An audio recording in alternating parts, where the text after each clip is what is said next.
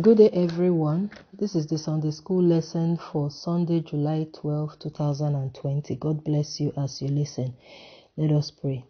Our dear Lord and Heavenly Father, we thank you for your grace upon our lives. We thank you for your word that is never scarce in our midst. We thank you, Lord, for another opportunity to learn from you today. Dear Lord and Heavenly Father, as we come before you, we ask for mercy, ask for the forgiveness of our sins, O Lord, that our sin will not be a hindrance to our fellowship with you, in the name of Jesus. Father, I pray concerning myself that you help me to be totally yielded unto you at this time, that I will only speak that which you have put in me, that I will not speak of myself, but your Spirit will speak through me to your children. And Lord, even as you speak to us, I pray that you prepare our hearts to receive your word, that your word will grow in fertile soil in our lives unto good fruit in the name of Jesus. I pray, Lord, that your word today will not be taken away from us, and it will not stand against us on the day of judgment. I pray, Lord, that this word will fulfill its purpose in our lives in the name of Jesus. Please meet us at our point of need. Open our eyes to behold wondrous things out of your word, and grant us understanding even as we talk about your word today. In Jesus' name we have prayed. Amen. The title of our lesson today is Wisdom That Amazes. Wisdom that amazes. Throughout the month of June, we discussed about wisdom, and in the month of July, we continue discussing about wisdom. But July is focused on wisdom in the gospel. That is actually our theme for the month of July, wisdom in the gospels. And last week, we looked at Jesus Christ's declaration concerning John the Baptist. And at the end of the passage we studied, our Lord Jesus Christ said, wisdom is shown to be right by its results. Wisdom is shown to be right by its result. Today, our lesson is focused on Jesus' display of wisdom and how he related with temple scholars to the amazement of other people when he was just age 12. That is what we are going to be studying today under this lesson that is titled Wisdom That Amazes. Our devotional reading is taken from Leviticus chapter 2 from verse 1 to 8 and Numbers chapter 3 from verse 11 to 13, while the lesson scripture will be taken from Ecclesiastes chapter 3 verse 1 and verse 7b and Luke chapter 2 from verse 39 to 52. So we'll take the devotional reading first. I'll read Leviticus chapter 12 from verse 1 to 8. I'm reading from the New Living Translation of the Bible. Leviticus chapter 12 from verse 1 to 8. The Lord said to Moses, "Give the following instructions to the people of Israel. If a woman becomes pregnant and gives birth to a son, she will be ceremonially unclean for 7 days, just as she is unclean during her menstrual period. On the 8th day, the boy's foreskin must be circumcised. After waiting 33 days, she will be purified from the bleeding of childbirth. During this time of purification, she must not touch anything that is set apart as holy, and she must not enter the sanctuary until her time of purification is over. If a woman gives birth to a daughter, she will be ceremonially unclean for 2 weeks, just as she is unclean during her menstrual period. After waiting 66 days, she will be purified from the bleeding of childbirth. When the time of purification is completed for either a son or a daughter, the woman must bring a 1-year-old lamb for a burnt offering and a young pigeon or turtle dove for a purification offering. She must bring her offerings to the priest at the entrance of the tabernacle. The priest will then present them to the Lord to purify her. Then she will be ceremonially clean again after her bleeding at childbirth. These are the instructions for a woman after the birth of a son or daughter." Verse 8. If a woman cannot afford to bring a lamb, she must bring 2 turtle doves or 2 young pigeons. One will be for the burnt offering and the other for the purification offering. The priest will sacrifice them to purify her, and she will be ceremonially clean. Then I go to Numbers chapter 3 from verse 11 to 13. And the Lord said to Moses, "Look, I have chosen the Levites from among the Israelites to serve as substitutes for all the firstborn sons of the people of Israel. The Levites belong to me. For all the firstborn males are mine. On the day I struck down all the firstborn sons of the Egyptians, I set apart for myself all the firstborn in Israel, both of people and of animals. They are mine. I am the Lord. So here we see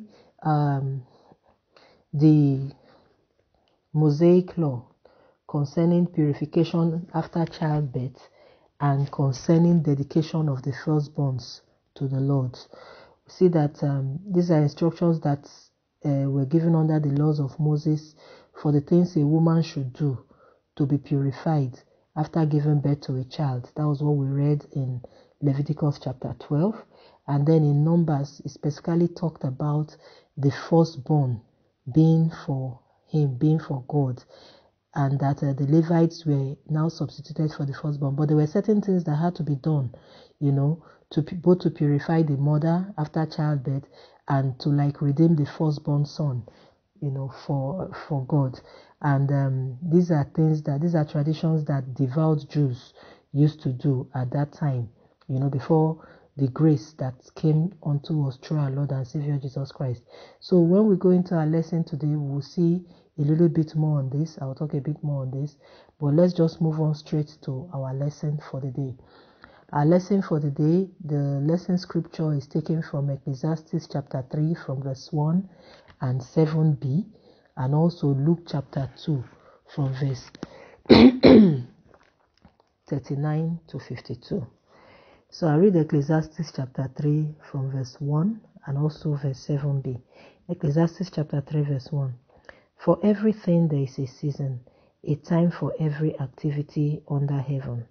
7b. A time to be quiet and a time to speak. Then I move on to Luke chapter 2 from verse 39 to 52.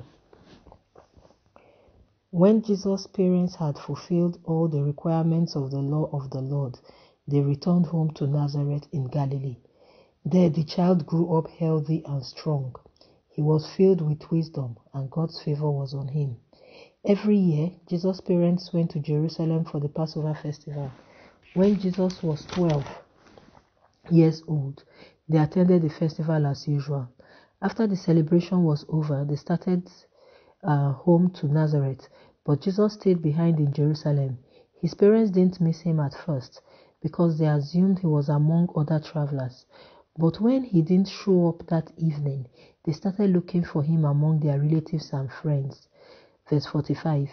When they couldn't find him, they went back to Jerusalem to search for him there. 3 days later, they finally discovered him in the temple, sitting among religious teachers, listening to them and asking questions. All who heard him were amazed at his understanding and his answers. His parents didn't know what to think. Son, his mother said to him, why have you done this to us? Your father and I have been frantic, searching for you everywhere. 49. But why did you search? He asked. Didn't you know that I must be in my father's house? But they didn't understand what he meant. Then he returned to Nazareth with them and was obedient to them. And his mother stored all these things in her heart. 52. Jesus grew in wisdom and in stature and in favor with God and all the people. Praise the Lord. The memory verse is taken from verse 40 of Luke chapter 2, which says, and the child grew and became strong, and he was filled with wisdom, and the grace of God was upon him. The primary outcome of our lessons today, that's our target learning, what we should be able to achieve at the end of this lesson, is number 1, we should be able to narrate briefly the story of Jesus Christ as the wisdom of God that amazed people. We should also be able to suggest 3 important counsels for parents of gifted children, and also to renew our commitment to the service of God without neglecting family values. Like I mentioned earlier, the lesson of today centers on Jesus' display of wisdom and how he related with the temple scholars when he was just age 12, and it was quite an amazing experience for everybody involved. The lesson is divided into 3. The first part talks about Jesus grows in wisdom. The second part talks about Jesus at the temple. And the third part focuses on Jesus demonstrating obedience. So we'll go through the first part of the lesson. Jesus grows in wisdom. That is taken from Ecclesiastes chapter 3 verse 1. The passage covering this section is Ecclesiastes chapter 3 verse 1 and 7b. And verse 39 to 40 of Luke chapter 2, where we just read. Ecclesiastes 3 verse 1 says, for everything there's a season. There's a time for every activity under heaven. And then it says, if you read through the passage, because for the background scripture, we're actually supposed to read this Ecclesiastes chapter 3 from verse 1 to 15. So if you read through, you see they talk about a time to be born, a time to die, a time for everything really. And verse 7b says a time to be quiet and a time to speak. So you see that there are various experiences that are listed in the passage. And all the experiences, no one is necessarily bad or good. But the thing is that there is an appropriate time for everything. There is a cycle of life, a time where the child is born, a time when a child grows, certain things that people are supposed to do at certain times. But the thing is that there is an appropriate time for everything. And we'll see our Lord Jesus Christ displaying this, displaying the fact that he understood the concept of timing. Jesus was, we also see that Jesus was presented at the temple on the 8th day for the ceremony of purification, as we saw in our devotional reading, in Leviticus chapter 8, where we were talking about the Mosaic law for women who have just given birth. So in Luke chapter 2, which we are reading, I've moved on to Luke chapter 2 now. If you look back to verse 23, the preamble of where we read is that Jesus was presented at the temple according to the law, that a male child should be presented. And Jesus was the firstborn, so they did that sacrifice for redeeming firstborns, which we read about in Numbers chapter 3 earlier. And you see that Jesus' parents, they followed the procedure. They did everything at the right time. Even though they knew that Jesus was a special child, it did not make them to say they would take things for granted. They did what they were supposed to do. And that speaks to us as parents. There is a time for everything. There are certain things we are supposed to do for our children at certain periods of time, right from when they are babies. At every stage in their life, we should not take those things for granted. We should take a cue from Mary and Joseph. They knew that Jesus Christ was the Son of God. They knew about his conception. They knew he was a special child. But that did not stop them from doing what they needed to do at a particular time. Then we go on to see that where our lesson starts, say Jesus, verse 39, say Jesus' parents had fulfilled all the requirements of the law of the Lord, and then they returned home to Nazareth in Galilee. So they fulfilled all that was required at that particular time. Like I said, as parents, this speaks to us. Even as individuals, we should not take things for granted. We should pay attention to details, especially when it comes to obeying the law of the Lord, especially when it comes to doing the things of God. We should pay attention to details and do things at the required time. And then we see that the child, that is the child Jesus, he grew up healthy and strong, and he was filled with wisdom, and God's favor was upon him. Then we move on to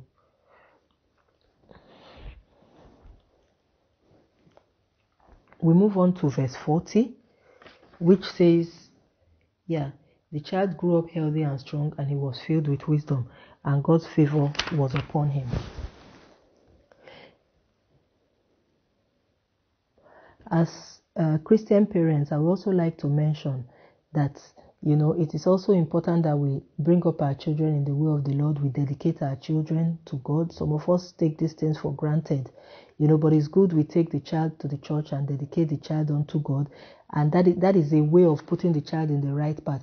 And then continue, to handle the child in such a way that is focused on God.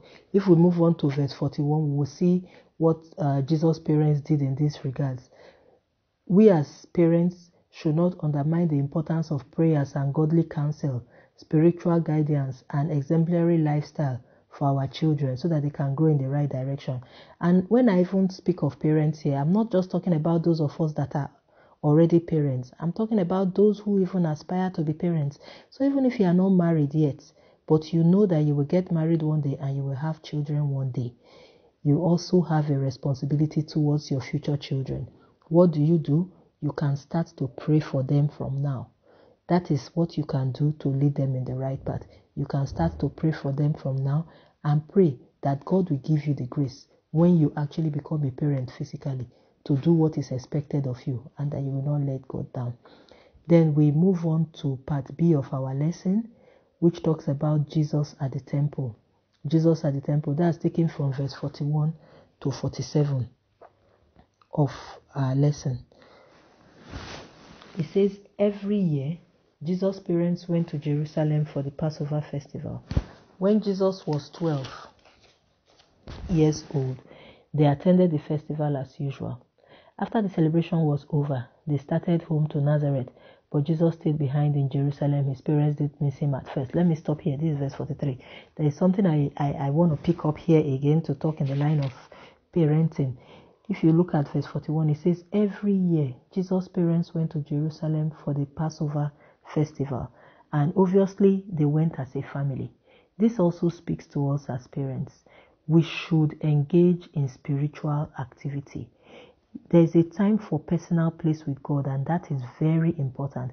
But we also need to get engaged in spiritual activities and carry our children along so that they will grow up used to it, used to going to the temple, used to attending church on Sunday, such that when they grow up, they will not feel comfortable sitting at home on a Sunday.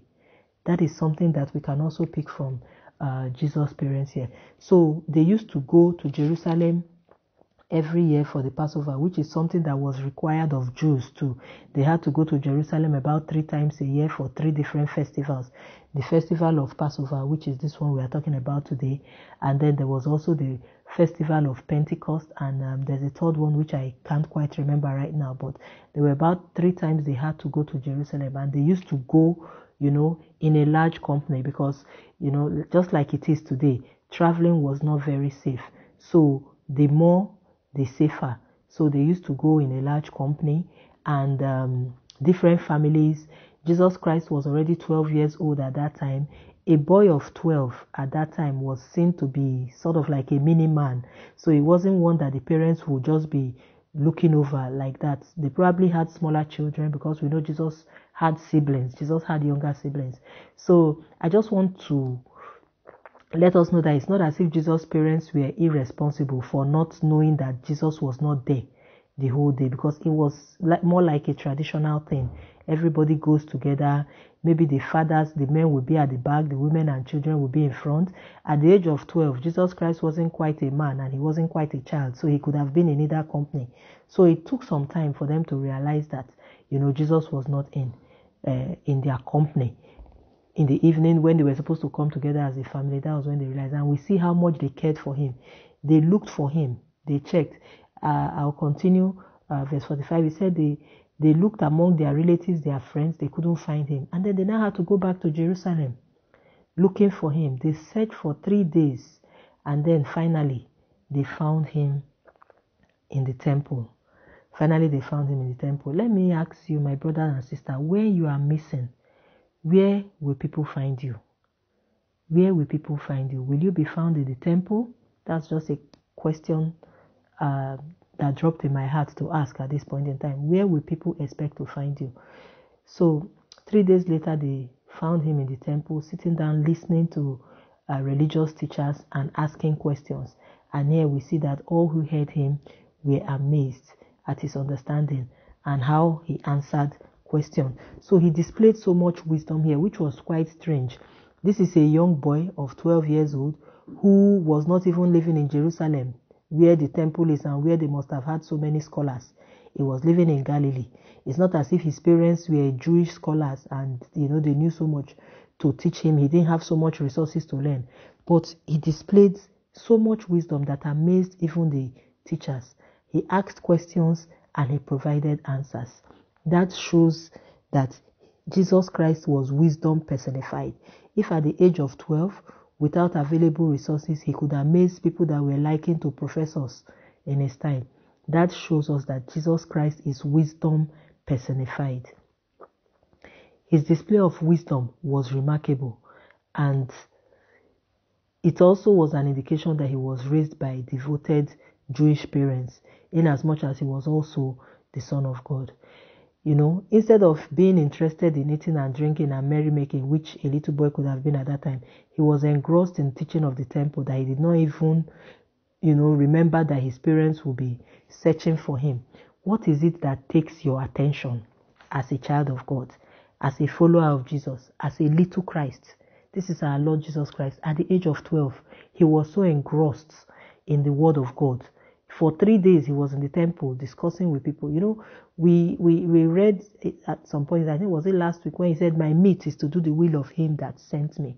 Okay, no, that was what the Reverend preached on Sunday. So the word of God, the work of God was his meat. It was something that was of topmost priority. It was something that he enjoyed. And as children of God, that is supposed to be our character. The word of God should be something that is sweet to us. Think of something you like. Think of a food you like. Maybe you like to eat amala. When you're eating amala, you are very happy. That is the way the word of God is supposed to be. That feeling you have when you are eating something you like, when you are engrossed in it, or when you are watching a movie or something you like. That is the way the word of God was for our Lord and Savior Jesus Christ, that he got engrossed, and that is the way the word of God is supposed to be in us as children of God. God's word should be a priority in our life. God's word should be a priority in our lives. And when we get missing and people are looking for us, the first place they should think of should actually be the house of God, not some other funny places, if we truly are little Christ. May the Lord grant us the grace to live according to his will and to live lives that will bring glory to him in Jesus' name. Amen. So we'll go to the third part of the lesson, which talks about Jesus demonstrates obedience. Jesus demonstrates obedience, and that is taken from Luke chapter 2 from verse 48 to 52. His parents did not know what to think, and his mother said to him, Son, why have you done this to us? Your father and I have been frantic, searching everywhere for you. And then Jesus asked them, why did you search? Didn't you know that I must be in my father's house? But they didn't understand what he meant. Then he returned to Nazareth with them and was obedient to them, and his mother stored all these things in her heart. And then he says again in verse 52, Jesus grew in wisdom and in stature and in favor with God and all people. So here we see, of course, his parents must have really felt bad, and and they asked him, why did you do this to us? And he told them, didn't you know where to find me? Didn't you know I'll be in my father's house? And after that, he kept quiet, and the Bible says he followed them, and he remained with them, and he remained obedient to them. So, even though our Lord and Savior Jesus Christ knew who his real father is, that is the Most High God, that did not make him to reject his earthly parents. You see that, like we said in Ecclesiastes, a time to speak and a time to listen. At the point when he was in the temple talking, that was the time to speak, and he spoke and he amazed people. When his parents came and they talked to him, it was time to go home. He kept quiet and he followed his parents, even though he was the Lord of Lords and the King of Kings. A time to speak and a time to listen. So like I was saying, even though he knew who he was the Son of God, and he knew who his real father is, because at that time he said, didn't you know you find me in my father's house? It was my father. He was referring to God as his father, not just the general father of the Israelites. But that knowledge did not make him to reject or disobey his earthly parents. He knew what to do at the right time. He kept quiet. He followed his parents. And if you look at it, he says he returned, that's verse 51, he returned to Nazareth with them and was obedient to them. He did what he needed to do as a child at that time. And the lesson for us here is, no matter what you think you are, no matter the ministry that the Lord has placed in your hands, there is a time for everything. There is a time to manifest and there is a time to calm down. What the work we are doing for the Lord should not be an excuse to neglect our families or to neglect any other commitment. As children, even if the Lord has given you a great vision for your life, as long as you are still under the authority of your parents, and as long as what they are asking you to do is not against the word of God, the Bible says you should honor your parents. As a husband, you are supposed to provide for your family. You are supposed to be there for your family. You are supposed to be the head of the home. You cannot be the head of the home when you are outside all the time. You have to, even if it is the work of God that is taking you outside, you also have to provide time to be with your family, to provide the family direction for the family. As a mother, women, we are very guilty of this. We run from one program to the other, which is not bad in itself, but there is a time for everything. The fact that you are pursuing the work of God should not make you lose your commitment to your family. Fulfill your role as a mother in that home. Fulfill your role as a father in that home. Fulfill your role as a child in that home. One thing I want you to know is that your home is your first missionary field. Your home, especially as a mother and as a father, your home is your first missionary field. Before you go out, while you are out conquering, do not neglect your home. Our Lord and Savior Jesus Christ kept quiet when it was time to keep quiet. He listened, he followed his parents, he obeyed them. And he lived with them for another 18 years till he turned 30 and started his public ministry. He went back because he knew that it was not yet time for him to, go and start. And he subjected himself to the authority for those 18 years. The Most High, our Lord and Savior, he did that to people that were created by him. So what excuse do we have? There's a time for everything. Eventually, when it was time, he left the house and he fulfilled his ministry. But at this time, he had to do what he had to do. He was an obedient child. Even though he is the Savior, he demonstrated obedience to his parents.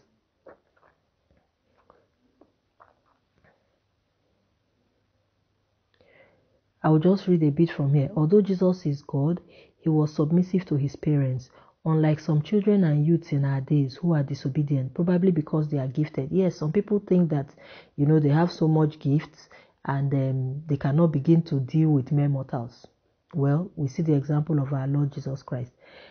Some feel that maybe because they are the ones providing for the family, maybe a child in the family, God has blessed you somehow and you are the one providing for the family. So because of that, you don't respect your parents anymore.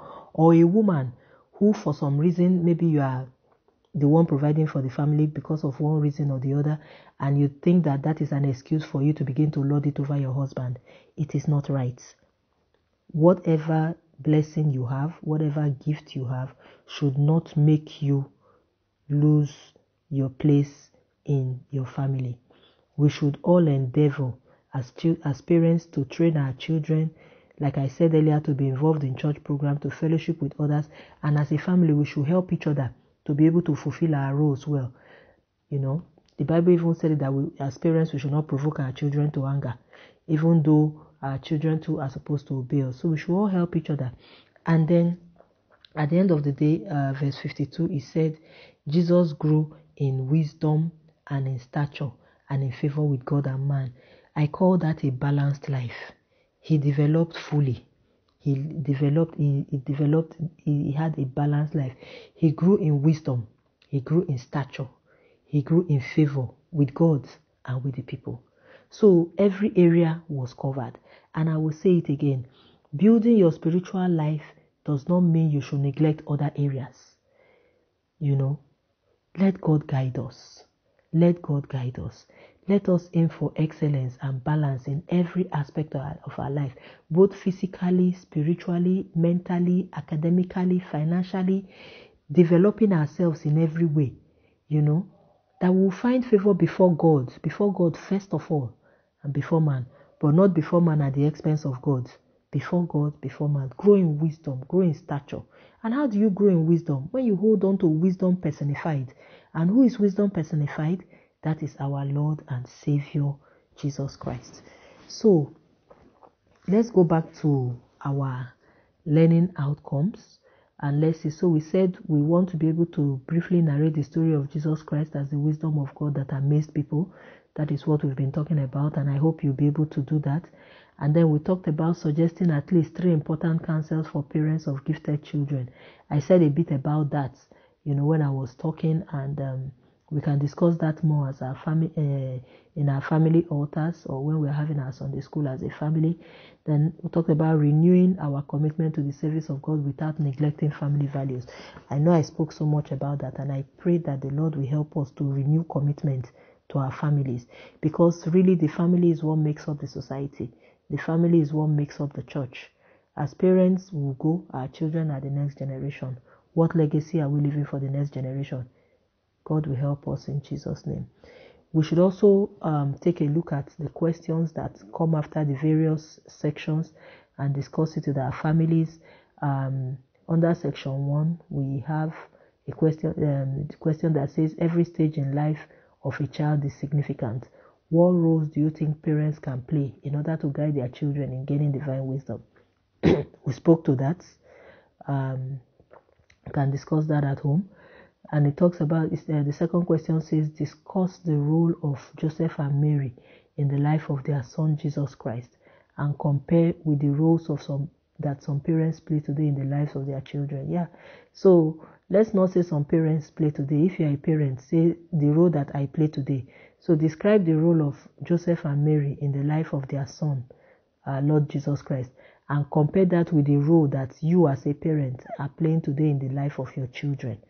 And if you see any gaps, please let us address it. Then the questions for the second part. The first one says, what steps can the church take to make our teenagers and youth become committed to the study of God's word so that they can be versed in the scriptures and apply it? This is where we talked about Jesus in the temple. So what can we do to make our children, our teenagers, our youths, to be committed to the word of God? What can we do to make our children to be committed to the word of God? Let us think about ways we can do that and begin to apply it. And then it talks about discuss the consequences of child neglect in the home, in the church, and the society at large. Then the third part, the question here says, was Jesus justified by his response to his parents when he was found in the temple? Let's discuss that. And if you were in Jesus' position, how do you think your parents will react when they find you after 3 days? Well, parents, I know some parents of today, the first thing they will do, African parents, well, I leave that to your imagination. Then the third question says, were Jesus' parents careless? Discuss. I spoke to this question, and if you listen to the lesson, I'm sure you'll be able to comment on this question. So we'll go back to the memory verse. Like I said, the memory verse is taken from verse 40. It says, and the child Jesus grew and became strong. He was filled with wisdom, and the grace of God was upon him. May the Lord help us to grow in him and be strong. May the Lord fill us with wisdom and let God's grace rest upon us in Jesus' name. Amen. Take home. God has planned our time and activities here on earth. As parents, we should pray for our children always. Children too should be involved in church programs. God's wisdom has no substitute. Children should learn obedience to God and their parents, and parents should not be careless with their children. There are some prayer points here which I would like us to take, and I also like us to write our commitments, the commitments we are going to make as a result of the lesson that we have learned today. I pray that the Lord will help us to be able to walk right before him and apply all that he has spoken to us today in Jesus' name. Amen. Let us pray. Father, we thank you so much once more for your words to us. Lord, I pray that you help us to walk in wisdom, help us to grow in grace in you, O Lord, and help us, O God, even as we do your work, not to neglect other areas that you have placed in our hands. Help us to fulfill our calling, not to the detriment of others around us, in the name of Jesus. I pray that you ignite our hearts to have a passion for your word, O Lord, and help us, O God, not to waste time arguments that don't make sense, but help us to focus on passing your word to others in the name of Jesus. Guide us to understand the purpose of our lives and the purpose of our children's life, and help us, Lord, to lead them in the right direction in the name of Jesus. Grant us the grace to continue to walk rightly with you. Continue to meet us at our point of need, so God. Thank you, Lord, for all you've done for us. I pray that this word that you've taught us today, that it will grow and bear forth good fruit in our lives. In Jesus' mighty name, we have prayed. Amen. Thank you so much. God bless you for listening.